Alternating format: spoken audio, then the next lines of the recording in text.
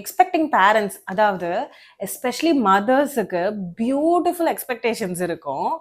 Like ஒரு picture பர்ஃபெக்டான routine follow பண்ணணும், வுட்டன் டாய்ஸ் தான் குழந்தைங்களுக்கு யூஸ் பண்ணணும், மாண்டசரி செட்டப்ல வீடு இருக்கணும், குழந்தைங்களுக்கு வந்து ஹெல்த்தி ஹோம்மேட் ஸ்நாக்ஸ் தான் பண்ணி கொடுக்கணும், ஒரு காம் பேரண்டிங் ஃபாலோ பண்ணணும். இந்த மாதிரி 100 எக்ஸ்பெக்டேஷன்ஸ் ஆர் டிசையர்ஸ் இருக்கும்.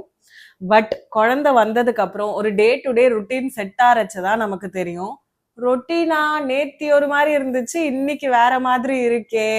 வீட்டுல பாதி டாய்ஸ் பிளாஸ்டிக்ல தான் இருக்கு, வுட்டன் டாய்ஸுக்கு நான் எங்க போவேன்?